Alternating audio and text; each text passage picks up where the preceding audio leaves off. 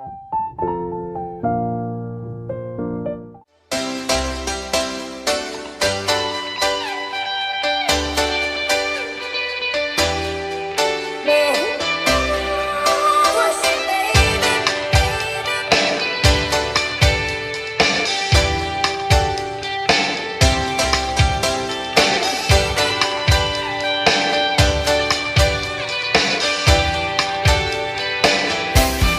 everyone. Welcome to the brand new episode of The Business Queens. Today, we have Miss.Akta Sehgal with us on the show. She's the founder and mentor of Manas Wealth, which is a financial training firm. In addition to that, she's also the founder of some social initiatives, to name some Motherhood Club, Kid Do Mentoring, and many more. She has been working in as a financial mentor for over 20 years as of now, and above all, she also holds an honorary position on the board of directors of Samachar 24. So, Ekta, I welcome you to today's show. Thank you so much for taking out your precious time. Thank you, Ishleen. What a pleasure to be here and to have this conversation with you. Okay, so Ekta, first of all, tell us, how did you, choose this field? Because when we were like in our times, it was very difficult to decide. Like right now, we have aptitude tests, things like that. So, do you always wanted to be in this field, or how did the things turn out for you? Out either becoming a doctor or an engineer or a teacher. These were the three main professions that one would go after.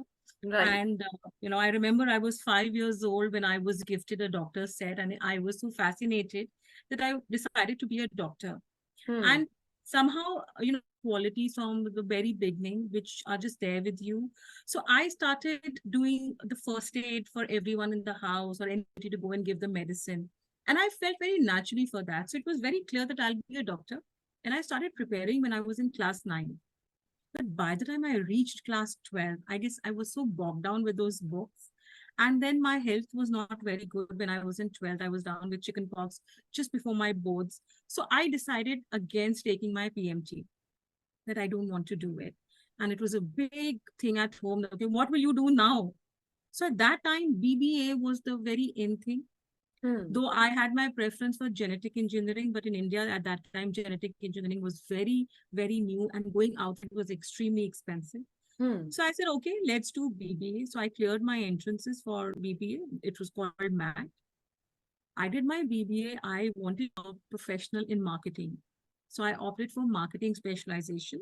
But as luck would have it, by the time we came in our final year, and the second year, actually, when we had to take our specialization, the course was there, but with no faculty. Okay. Then my next best was HR, but then that course was not available. So I didn't have much choice but to take up finance. And when I took up finance, the feedback that I received from my professor was that, why don't you pursue your chartered accountancy? So that I was very clear that I don't want to be bounded to just numbers. I would always want to blend it with a marketing or a human touch to it. Hmm. And then I went to do my master's. Again, I did my marketing and finance. So, it just so happened that I was destined to move. And so I became a financial person. I entered the wealth management industry. And gradually I realized, yes, I may not be a doctor for the physical health of an individual, but I became a financial doctor for the financial health of an individual. So somewhere that's how it all kind of, fell in place. So that's my story of being a part of this industry, and no regrets, because, you get to do so much over here. There is so much of versatility that one gets to experience in this industry is just phenomenal. Hmm. Wow. And I love the analogy that you just gave, financial doctor instead of the other doctor. So, which is very fine. So, okay, tell us one more thing, that being in this field, what kind of challenges have you ever faced when you came into finance? Okay, so the very first challenge, which I guess many women also face, especially when it comes to numbers, is that what will a girl or a woman or a lady do in the financial industry with Hmm. very few role models, with very few women actually entering this space? So that was one. But I would say that I had the advantage of the understanding of numbers, the benefit of understanding marketing. So I could blend the two. Hmm. So that thing started to fade off at a very early stage. When, because look, any work that you do, whether it is finance or any other industry, it's not numbers is involved everywhere, right? Right. But you also need to bring in that human element. You also bring in to need that creative aspect. So I guess with my experience in marketing and finance and a training which I did in HR during my graduation, so that Hmm. blend was so beautiful that those initial hurdles, they just got away very quickly. And we then started to implement certain ways of hiring people in my first job. That okay, let's use these skill set and not just look at the financial knowledge or the financial course that we do during our masters. So Hmm. that was, I think, the only hurdle that I experienced. And I guess being a girl, a lot of people would question that, whether you have that intellectual ability. But I Hmm. think that used to be at a very initial state. But the moment they realize that the person is there not because she's a girl, she's Hmm. there because of her potential, her ability, her aptitude, the perspective changed. Right. And I would say that I was very lucky. I never had to face any kind of discrimination Hmm. in my field. We did a lot of myth breaking about women being a part of this industry. So Hmm. I would say that my journey that way was pretty smooth when I entered the corporate world initially.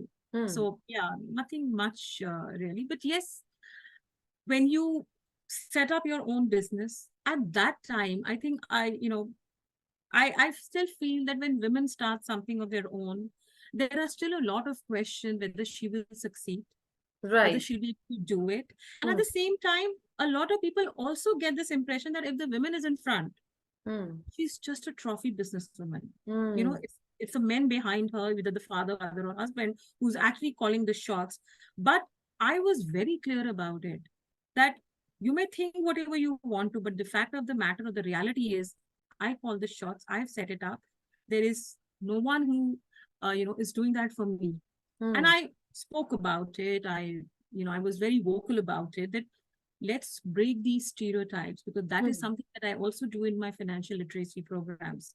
It's the big myth that we women have created in our heads and in the minds of many, that we cannot manage finances of our business, whichever industry it is. So Hmm. that's the one thing that I would say that I experienced, but all that is passé now, I would say. Right. And this breaking up stereotypes is extremely important. I still see in many families where all the financial decisions are taken by men.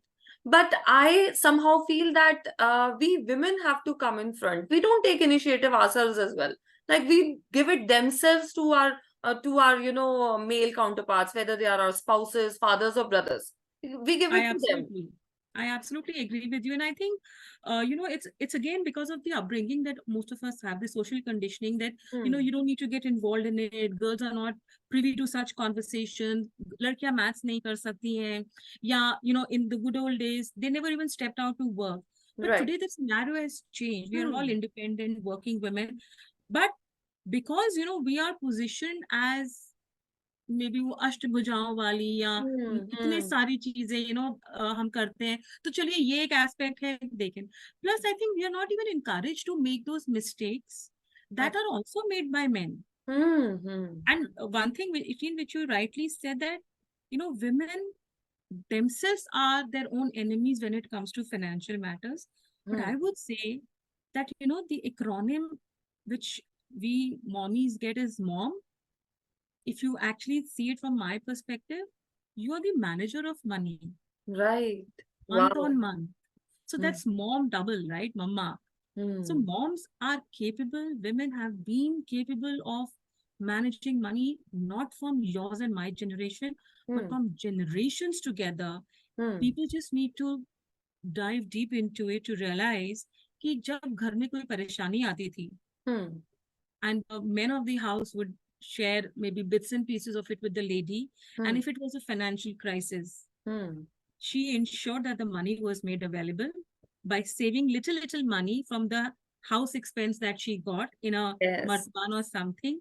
What Hmm. was she doing? She Hmm. was creating an emergency Hmm. parlance. Or if she managed everything in that stipulated money that the men gave her, she was actually following a budget. तो वो Yes. Concepts तो already हमारी नानी दादी और उनसे भी ऊपर की Hmm. जनरेशन वाले Hmm. कर रहे थे. तो ये तो आज हमें लगता है कि oh it's such a huge task, but come to think of very naturally we are doing. Hmm. All we need to just take that one more leap of faith from being financially independent to being financially confident. Hmm. That's Yes, absolutely. So, as we were talking about financial literacy, if I talk about women entrepreneurs, what are the things that you really feel all entrepreneurs, whether they are men or women, must know in terms of financial aspects? all right.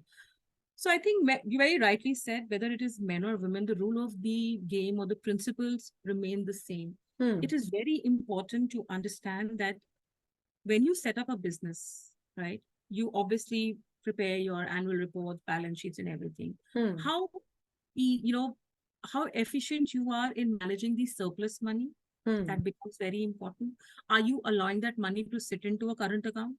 Or Hmm. you're doing something about it? How much are you willing to understand yourself? I think whether it is a business or it is your personal investment that you do, Hmm. we forget to spend time with ourselves. You know, the KYC जो term है, जो बातें हैं, it's Hmm. not just about knowing your customer from their perspective. Hmm. It's about knowing yourself. After all, as they say, that without you, you cannot spell success. तो Hmm. आप जब अपने आप को समझेंगे, when you understand yourself, your risk-taking ability, Hmm. your goals that you have in mind, automatically things will start to fall in place, because financial literacy is a lot beyond the technical jargons. It's a Hmm. lot about knowing yourself in terms of your behavior, in terms of your approach, in terms of the qualitative aspects of your life. A lot of people feel, I just need to understand how much will I invest, how much return will I get, and that's the end of it.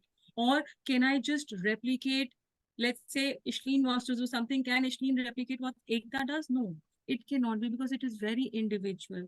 So we need to understand all the technical terms. We need to understand ourselves, our behavior.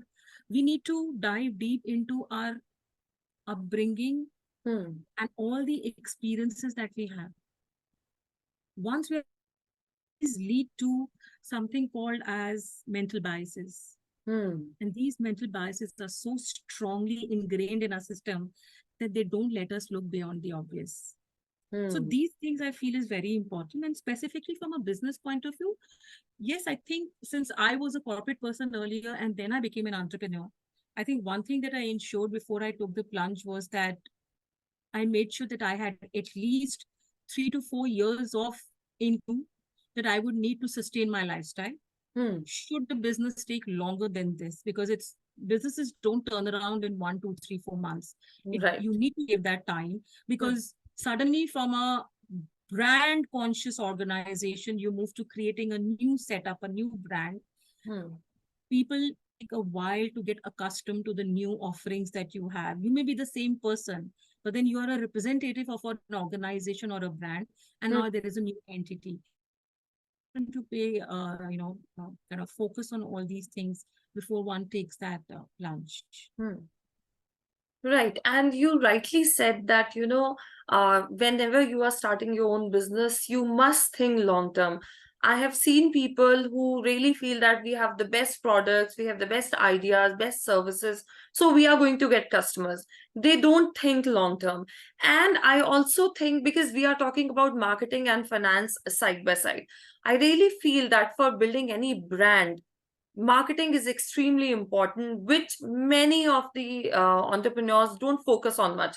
They have the other way around. Like, what they do is they feel that, first of all, let us establish the business, then we will spend on marketing once we'll start earning. Although it is the other way around. Your business can be the best business, your product can be the best, your service can be the best, but until unless people know about it, how are you going to make the sales? How are you going to get your customers? How are you going to get your clients? So, what are your thoughts on this, like marketing and building the brand? Oh, absolutely. There are no two doubts about it's very important that you need to market. And I think, people mistake the brand as the logo or the name Hmm. of the organization. That's not the brand. Brand has a lot of human qualities in it. Hmm. Um, of course, I'm not going to get into the technicalities that, okay, the 5 Ps of marketing and all those things. Everybody knows that in today's time and age. But I think, people tend to forget that I am the brand. Hmm. While Manas Wealth is the name of my company, there is a logo that we have, but that logo, the name of the organization, has to reflect the values, the integrity, the core ethics of the organization. It has to come out loud and clear in every communication Hmm. that Ekta would have as the founder of Manas Wealth or Kiddo Mentoring or Motherhood Club. It has to, there has to be consistency, and anybody who in turn speaks on behalf of the setup also has to showcase the same thing. So brand actually the identity of an individual. It is me who a person is meeting, not the Hmm. logo. So yes, marketing is very important. You need to showcase yourself in the right manner. And that marketing is not just about placing an ad. It is about the written communication. It is about your conduct. It Hmm. is about the way you are. It's a complete package in itself. The way you would package your product, you need to package everything about yourself also. Hmm. Hmm. And you can't.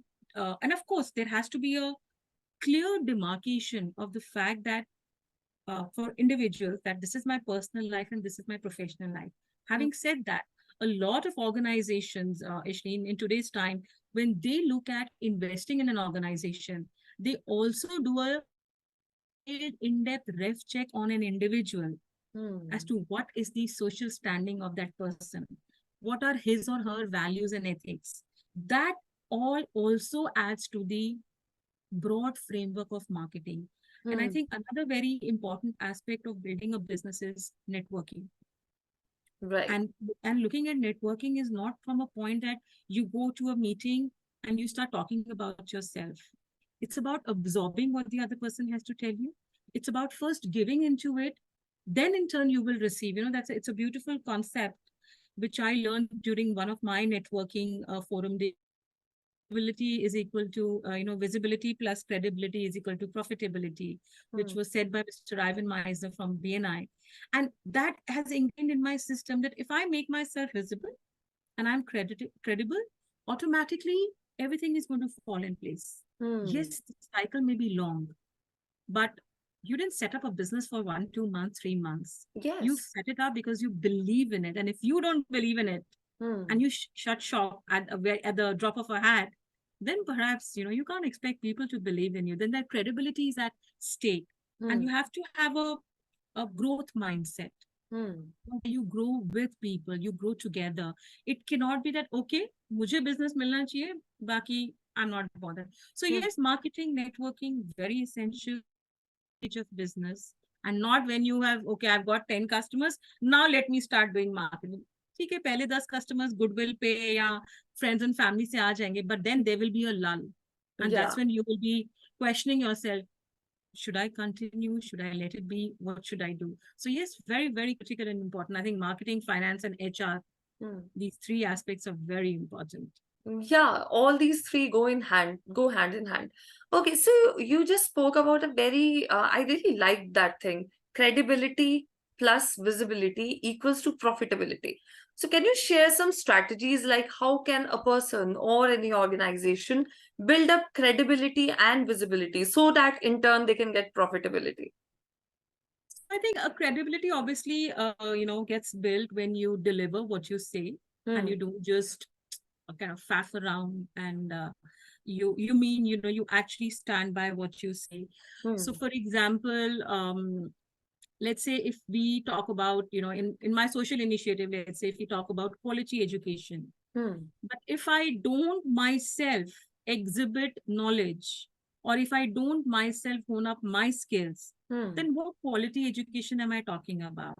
Or Hmm. even if I correlate it with financial terms, if I myself are not going to manage my own investments, Hmm. if I don't share my own experiential journey of how things have been, Hmm. nobody will believe me. So, like I Right. said, that every communication Hmm. that comes from me or from Manas Well has to hold that credibility that Hmm. yes, I am in the business of financial products, I'm into the distribution of financial products, but at the also educating you.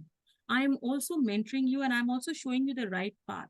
So I think, Ishleen, it's a very difficult trait for a lot of people to have in businesses. Calling a spade is a spade, Hmm. and not mince your words or not cut corners just because you need to make money. I have a very strong belief that if someone wants to make money in a business, and which is why you are running a business, Hmm. you will make money when your clients make money and not the other way around. So, which means in the growth of your investor or customer Hmm. is your growth. And it definitely can be done in the right manner, in the way it should be done. Now, one may question what is right and what is not right. I think I would leave that for an individual to understand that if you cannot do something for your own self, for your family members, for your loved ones, then it is not right for anybody else. Unless it's a very personal kind of a conversation, then it's a different thing. But we Hmm. all know what's right. If you're not, you don't cheat. There has to be an element of trust. Right. So these things in every communication, in every conversation you get, of course, you have to be in the forefront. You have to lead. Hmm. You have to lead by example. You have to, hone up your leadership skills. Hmm. Being an adaptive leader becomes very important. That how do you, move around the situation? For example, COVID. Hmm. COVID was a very difficult time for the financial market, right? Every investor, every client was so worried what to do. We spoke to them. So, you come in the forefront. In fact, while COVID, I remember, Ishleen, about, I think this was about 15 odd years back, the market had fallen down by 2,200 points. I think it was 22nd January 2008 when the Hmm. financial crisis happened. Yes. And I called a few clients of mine. So Hmm. one of my clients turned around and said that, my God, you actually have the courage to call your clients on a day when the markets have fallen down, it is collapsing. So I Hmm. told him, I said, sir, if I can call you on a good day Hmm. and be there, why should I not call you on a day when it is harming everybody or it is impacting everybody? Right. That is where I need to be with you the most, because on a good day, there are 20 other people who are going to call you. Yeah. And you will remember this for the rest of your life. So Hmm. that's one example that I can share. The Hmm. other example, Ishleen, that I would want to share, because I also learned a lot from that, my own experience. Hmm. We met an investor, a potential client, where we were doing a research project, and the then potential investor or client was asking us only one question, what are you here to sell? Hmm. And we kept on saying that we are not here to sell anything. We are just here to do this research. Hmm. Once we have the research done, we have the analysis, then we will have a further conversation. Hmm. He did the research paper, he filled in, he gave it to us, we analyzed it, we went back. In the next meeting, he asked us the same question. Hmm. And I again told him, I said, sir, I don't know you so well right now. Hmm. You haven't shared enough for me to give you any kind of offering of a product or a Hmm. service. Hmm. No, ma'am, but I'm sure there is something that you want to sell to me. Hmm. I said, sir, I am not a salesperson. Hmm. So we are not selling you anything. He Hmm. was so bitter. He went out and his wife came to me and she said, why are you not telling him? I said, ma'am, I don't have anything to tell him because that's the reality. She said, no, but everybody comes here to sell something. Why Hmm. are you not doing it? So he's so hassled. And Hmm. this gentleman was a very well read, very learned person. He was an alumnus of IIT, IM, and he was like, Itne saalon mein nobody has come and done this to me. What are you doing? So I Hmm. said, sir, let's, play by the rule and we'll come to it. And Hmm. then we get brought back to the analysis and everything. And finally, in him, we onboarding him. So Hmm. what I'm trying to say is, let not be a rush in the first Hmm. interaction or a meeting with an investor or a client or a prospect to close the transaction. Because Hmm. that meeting is not to close the transaction. That meeting is to actually open the conversation. Hmm. Unless you know the person, unless you've profiled the person, and in today's time, profiling someone is a lot easier. There's so much of information available, on Hmm. internet. Everybody has those Google profiles these days. You get to read something or the other. Hmm. Reach to a point where it then makes sense to actually realize that the need of the person and yours has reached to this level. Hmm. Now it is the moment to strike so that it is a value proposition for both sides. And believe me, that experience has, stood with me for years together, and that's the principle that we follow. But Hmm. we face resistance, very strong resistance, because it's a change in the mindset that one needs to. So, like I said, it's your own biases overcome. So that's Hmm. what I would say. So Right. And humble. you have very well summarized what is sales all about. See, if you have a business, if you have a product or service, definitely you have to sell it to one person or the other, to your ideal clients, I would say. But if you'll be in a rush of doing it, you'll choose a wrong person. And at the same time, how would you pitch your product? Whether it is pitching it to the investor or to your ideal client, how would you pitch it when you do not know what is the actual challenge? What is the actual problem? And before you build a rapport with somebody, you cannot simply hard sell, especially in these days. Earlier, hard selling was fine, but I don't think it works in this scenario, in this era, when people are very, very aware. Everything is available online. If they have to do direct selling, they can simply go to the website of any organization and they can place their, order. So if you are doing it, you have to find a common ground. You have to build a rapport, and at the same time, please don't sell your product and services to anyone who doesn't need it. So this is my Absolutely. message to everybody who's listening to me today. I, being a coach, I say no to so many people whom I feel are not the right fit for my coaching. The reason is because I don't want to take their money and want them to regret it later on that we invested our money and time with Ishleen. So please be very, very aware. First of all, see whether they need your product or not. And trust me, it is a huge market, especially when it comes to online. It is a huge market. This COVID has opened up a lot of, avenues for all the businesses. You can reach out to anybody in the entire globe now. So it is a huge market. Don't simply come and sell to anyone. And like we were talking about credibility, there are two, three things I would really like to point out when it comes to credibility. As you just rightly said, credibility comes with trust. So be very, very consistent with the value you are delivering to people, with the quality of your product and service. And at the same time, there is something which is also very important: show your expertise.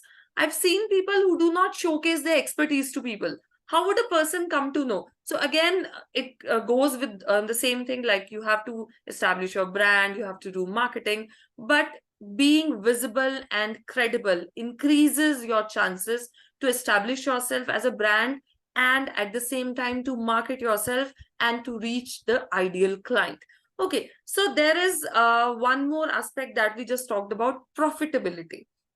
When it comes to profitability, do you think, because I talk to a lot of entrepreneurs who really feel that marketing is something which requires a huge sum of money, so which is not true. There are so many ways in today's time which are quite cheap, and basically there is I would say no size fits all, but there are different sizes that can different that can fit different people. So can you share some marketing strategies that people can use, which are not that expensive, like it is there in the mind of the people, that they can actually use to build their brand and market themselves? Sure.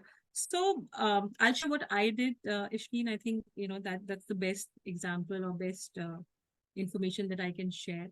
Hmm. So I spent about 10 years in the corporate world, and then it's been about 10 years in being an entrepreneur, actually 10 in entrepreneur, 12 as a corporate person. Hmm. So obviously, the organization that you have worked for in the past, that also builds a little bit credibility about yourself because the kind of people you've dealt with. Hmm. And then one client leading to, so the referral mechanism becomes your good way of Yeah. marketing.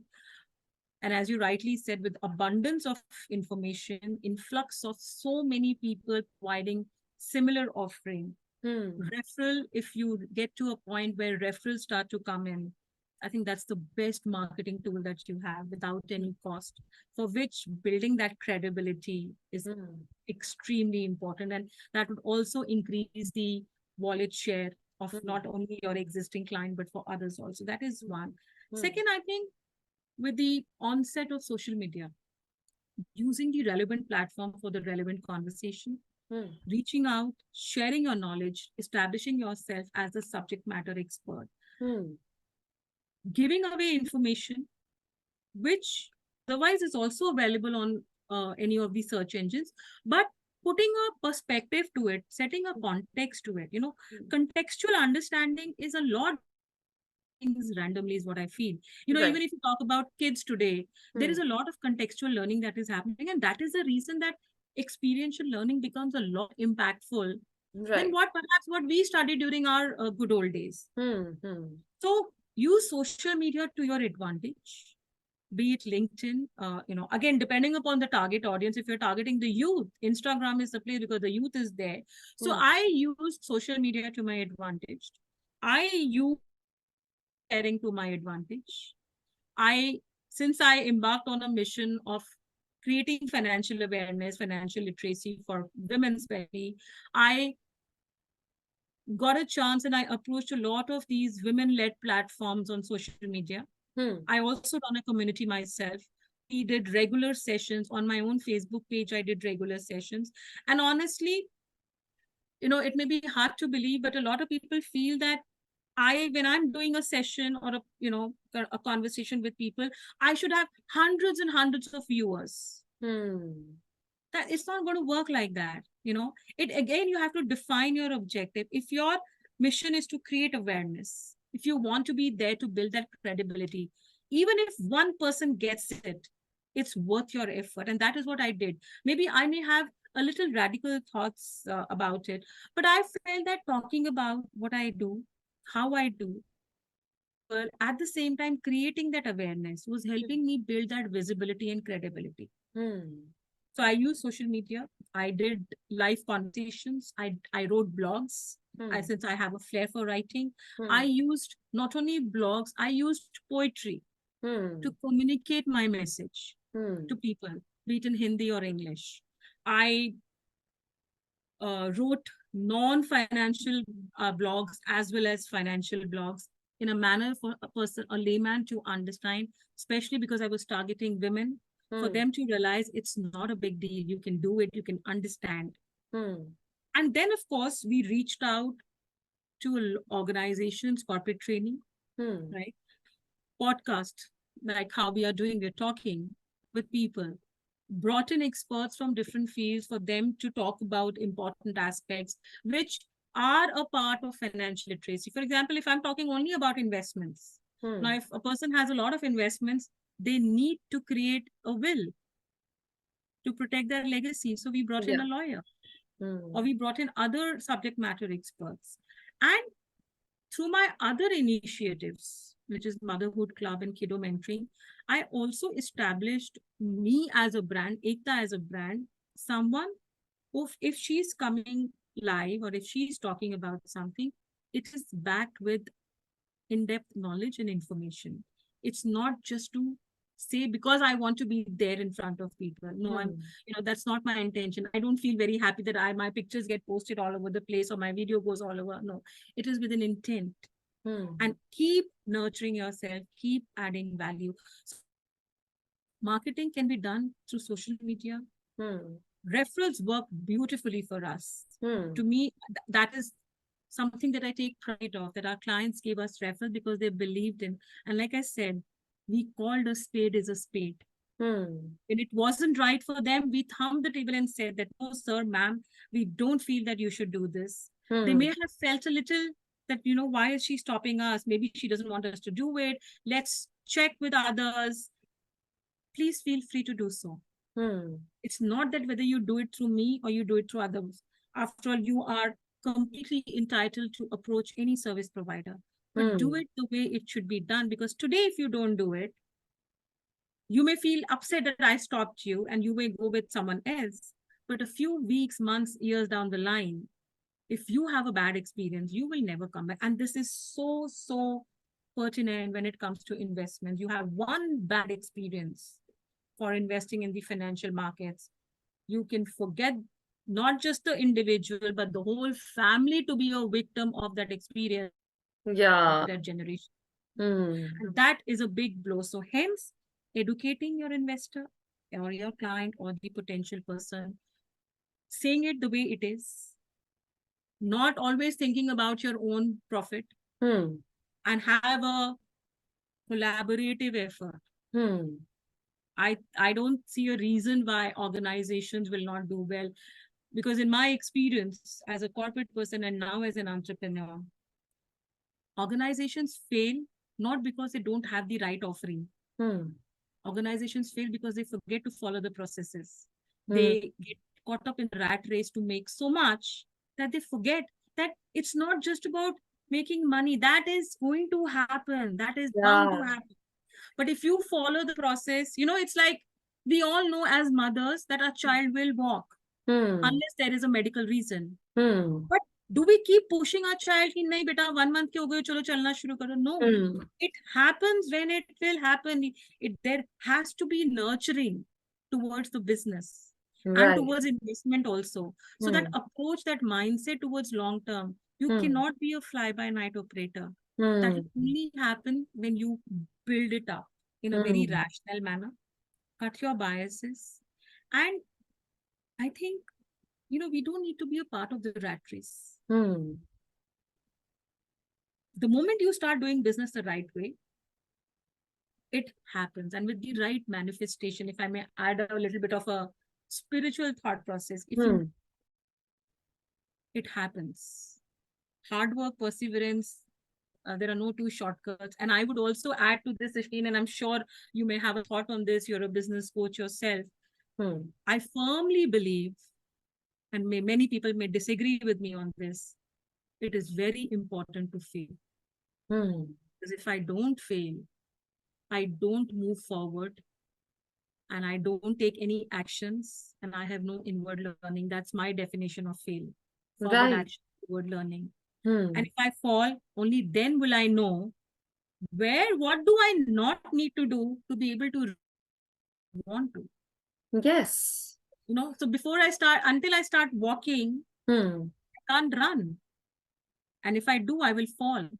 So I need to set my milestones realistically. We have to talk about actually the concept of smart or smarter goals Hmm. are not passe. That's a reality, but we forget because Hmm. we are in the rush or the hope to make money. Hmm. So, we just always need to take a step back and view from all aspects and then advance. And believe me, success is defined by you. Hmm. By you, I mean by us for our own self. I can't compare my success with you, and you can't compare yours with me. I am Absolutely. successful in my own eyes. Hmm. Who sets the yardstick for someone's success?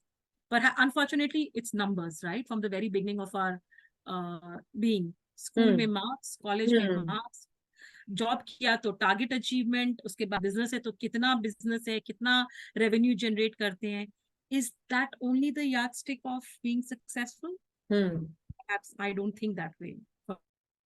Success is what I was yesterday. Am I better than that today? Are Hmm. my clients doing better than what they were doing earlier? Are my Hmm. clients happier than where they were today? Am I being able to address their concerns? Do I have limited issues popping up because of the processes that one has defined? Hmm. That's my yardstick of success. Hmm. And only me alone can define that. And of course, keeping the overall benchmark of the industry, I can't, same time, I cannot let the system influence me to such an extent that I forget I'm trying to achieve or what my objective is. That's what would be my Yes. 2 cents on this. Hmm.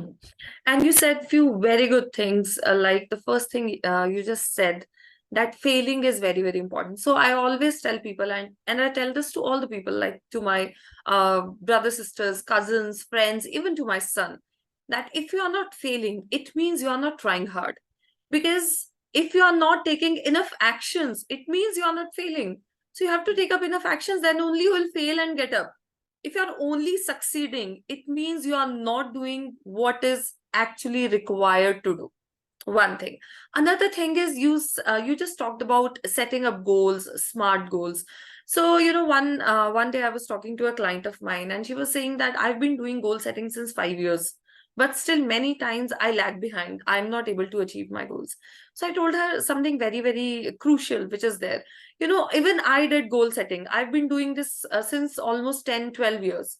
But there is something which is missing in many of the goal setting exercises, which is we do goal setting, but we don't focus on goal getting.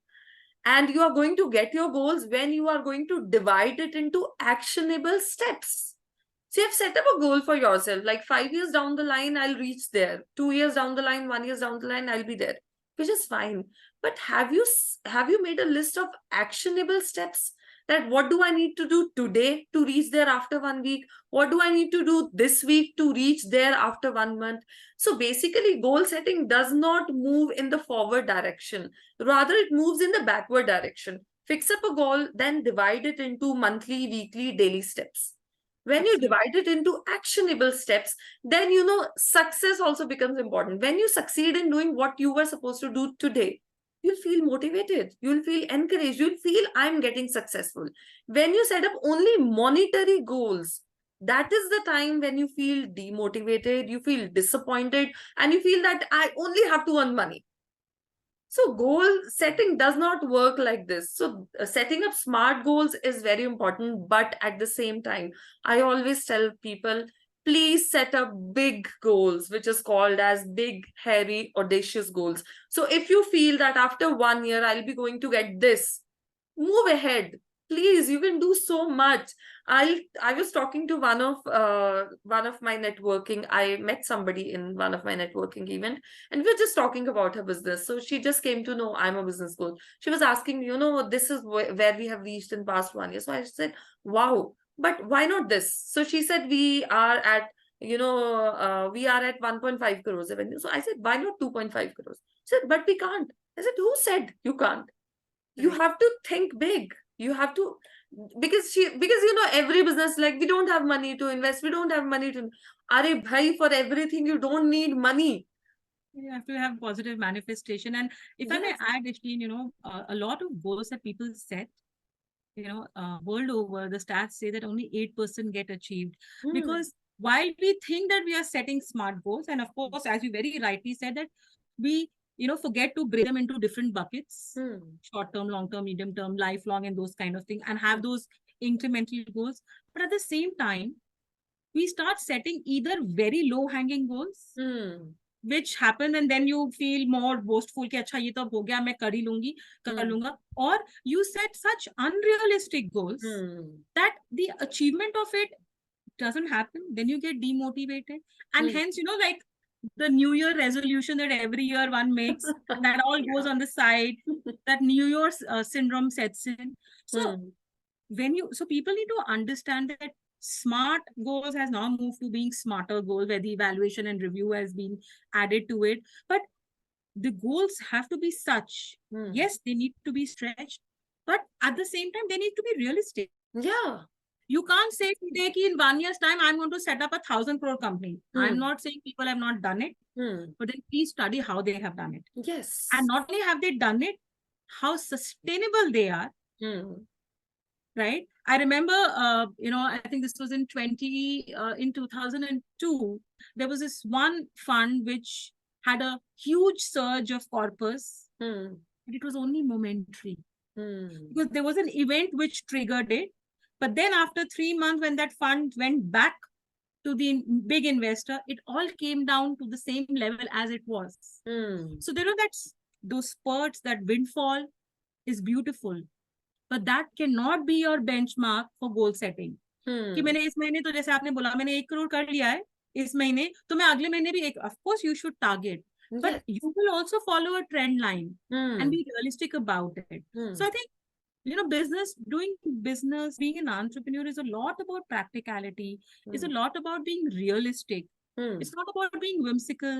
It's Hmm. not, because you are not there to show off to someone. Hmm. Heart of heart, each one of us knows where we stand, where we want to go realistically.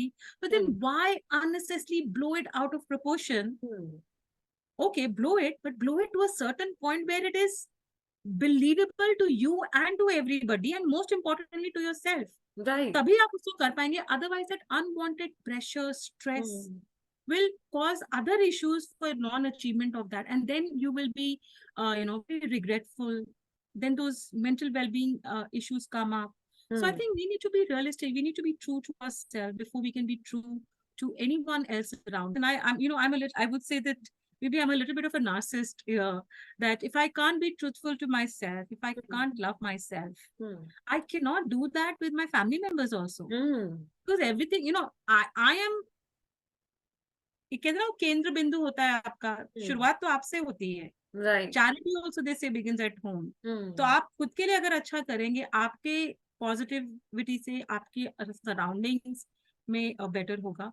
And I think this is something we all need to understand. Maybe we are forgetting this because we are so caught up in making money. But like I said, money will happen. It will come. Yes. Your effort will never go in vain. Just consistent about it, and you would achieve whatever you want to achieve, I would say. Right, right. And you know what? You said something very, very important when you were saying I'm being a narcissist, but I completely agree with it. Charity begins at home. It begins at your home, and your home is your office, your organization. Do this with your people first, no?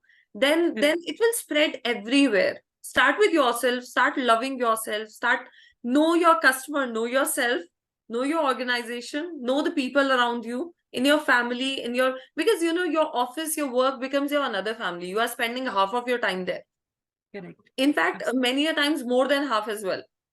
So know them well, invest in them, invest in yourself, invest in your family, invest your energies, manifest positivity, and money will happen, things will turn around your way. But you have to manifest with actionable steps. Only manifestation does not work. Law of attraction also works when you put steps, you put actions to it. I still remember when I was in school, there was that very famous quote, God help those who help themselves, which stands true even today. So God is only going to help you when you start helping yourself. You have to do something, no? Nobody will come to your door saying that, oh, take this money and set up your business. You have to do something. Okay. So, Ekta, I couldn't stop talking to you. Like, there are so many things we can still talk about, but unfortunately, the time is running out.